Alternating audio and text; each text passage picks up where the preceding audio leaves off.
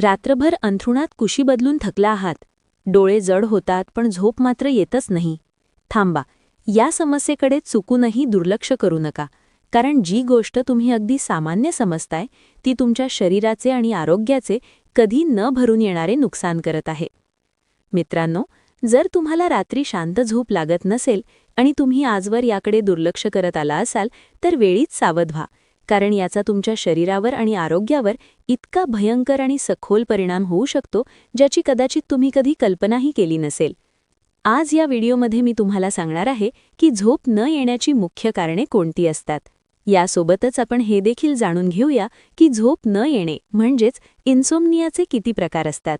आणि सर्वात शेवटी या व्हिडिओमध्ये मी तुम्हाला सांगेन की या इन्सोम्नियाच्या आजारावर तुम्ही कायमस्वरूपी मात कशी करू शकता आणि यातून नेहमीसाठी सुटका कशी मिळवू शकता. तर चला, कोणताही वेळ न दवडता या अत्यंत महत्त्वपूर्ण आणि इंटरेस्टिंग व्हिडिओला सुरुवात करूया. नमस्कार, मी आहे डॉक्टर संगीता जाधव आणि तुम्ही पाहत आहात तुमचा आवडतं यूट्यूब चॅनल. मित्रांनो, संपूर्ण जगात 10 ते 20% लोकसंख्या अशी आहे जी कोणत्या ना कोणत्या स्तरावर इन्सोम्नियाने ग्रस्त आहे. आणि जर स्पेसिफिकली प्रौढांबद्दल बोलायचे झाले तर हा आकडा 30 ते 40% जातो. जर तुम्हाला खऱ्या अर्थाने समजून घ्यायचे असेल की इन्सोम्निया काय आहे आणि तो का होतो, तर आधी त्याचे प्रकार समजून घेणे खूप गरजेचे आहे. कारण जर तुम्ही त्याचे प्रकार नीट समजून घेतले तरच तुम्ही त्याची कारणे शोधू शकाल, त्यावर योग्य उपाय करू शकाल आणि खऱ्या अर्थाने याचा योग्य उपचार घेऊ शकाल. झोप न येण्याच्या मुख्य 3 पायऱ्या किंवा प्रकार असतात. 1. Onset sleep insomnia. हा असा प्रकार आहे जिथे तुम्ही झोपण्यासाठी अंथरुणावर पडता पण खूप वेळ तुम्हाला झोपच लागत नाही. झोपेची सुरुवात होण्यातच अडचण येते. 2. Sleep maintenance insomnia. या स्थितीत तुम्ही झोपता तर खरे पण रात्रीतून वारंवार तुमची झोप मोड होते, डोळे उघडतात. यामुळे तुम्हाला एक सलग आणि शांत झोप मिळत नाही आणि जेव्हा तुम्ही सकाळी उठता तेव्हा तुम्हाला प्रचंड थकवा जाणवतो, जण तुमची झोप पूर्ण झालीच नाहीये. 3. Early morning awakening insomnia. यामध्ये तुम्ही रात्री सोयीस्कर झोपता पण भल्या पहाटेच खूप लवकर तुम्हाला जाग येते आणि त्यानंतर लाख प्रयत्न करूनही पुन्हा झोप लागत नाही. यामुळे तुमची झोप अपूर्ण राहते.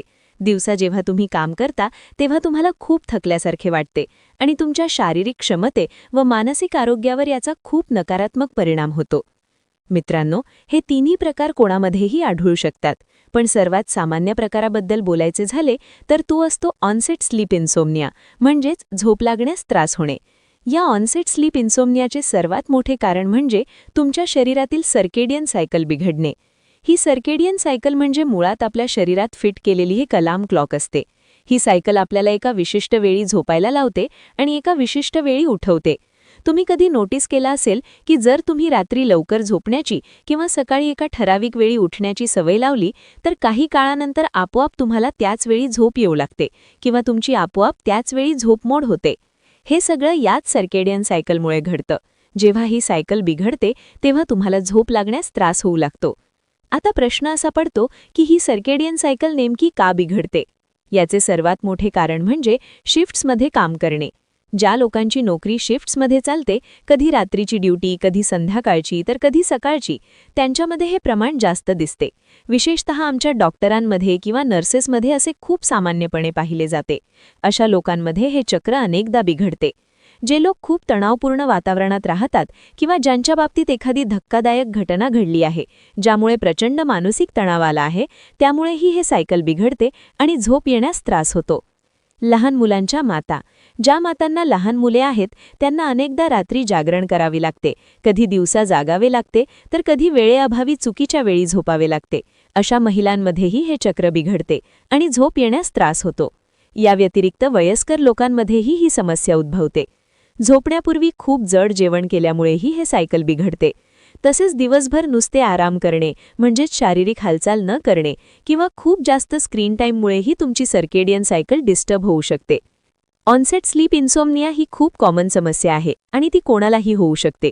जर हा त्रास तुम्हाला 2-4 दिवस होत असेल आणि तो आपोआप ठीक होत असेल तर तुम्हाला कोणतीही काळजी करण्याची गरज नाही. पण जर हा त्रास सतत तुमच्यासोबत राहत असेल आणि वैद्यकीय भाषेत सांगायचे झाले तर सलग 3 महिने तुम्हाला ही समस्या असेल, तुम्हाला झोपायला 30 मिनिटांपेक्षा जास्त वेळ लागत असेल आणि ही परिस्थिती तुम्हाला आठवड्यातून कमीत कमी 3 दिवस सहन करावी लागत असेल, तर या केसमध्ये तुम्हाला क्रॉनिक ऑनसेट स्लीप इन्सॉम्निया आहे. यावर उपचार करणे आणि याकडे गांभीर्याने लक्ष देणे अत्यंत महत्त्वाचे ठरते. जर क्रॉनिक स्थिती असूनही तुम्ही याकडे दुर्लक्ष करत असाल तर याचा अर्थ असा की तुम्ही मधुमेह, हृदयविकार, लठ्ठपणा आणि उच्च रक्तदाब यांसारख्या गंभीर आजारांना खुले आमंत्रण देत आहात.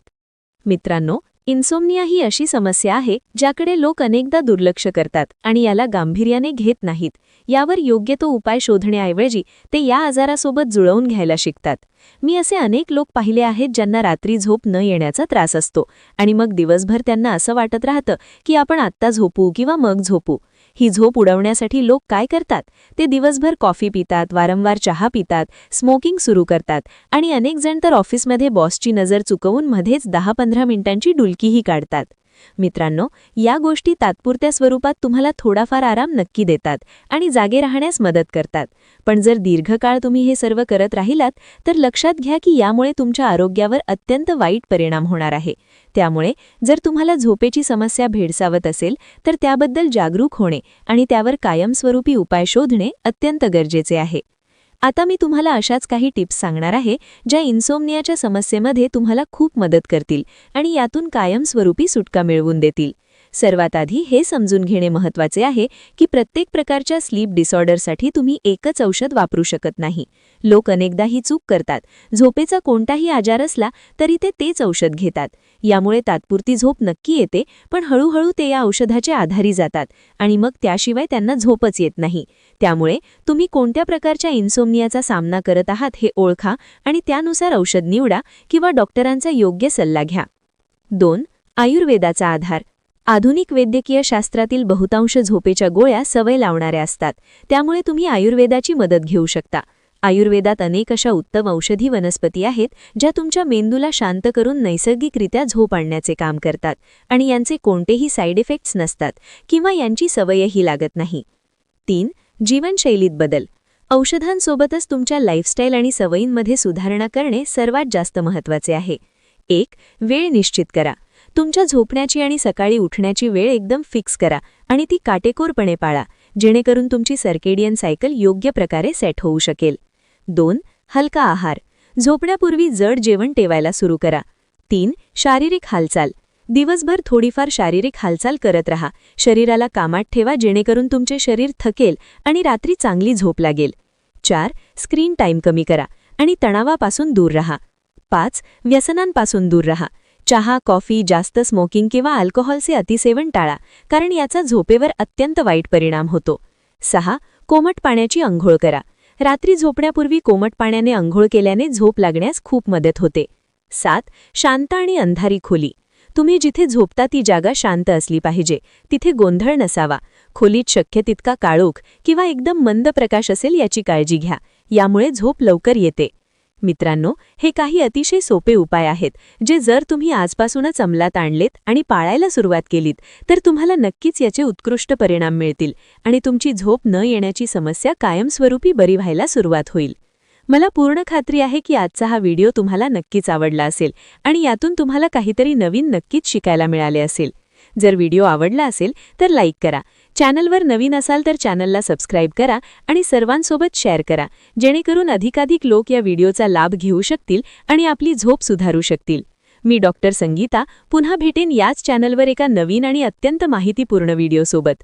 तोपर्यंत स्वतःची खूप काळजी घ्या, हसत रहा आणि रोज काहीतरी नवीन शिकत रहा, जेणेकरून तुम्ही राहाल निरोगी.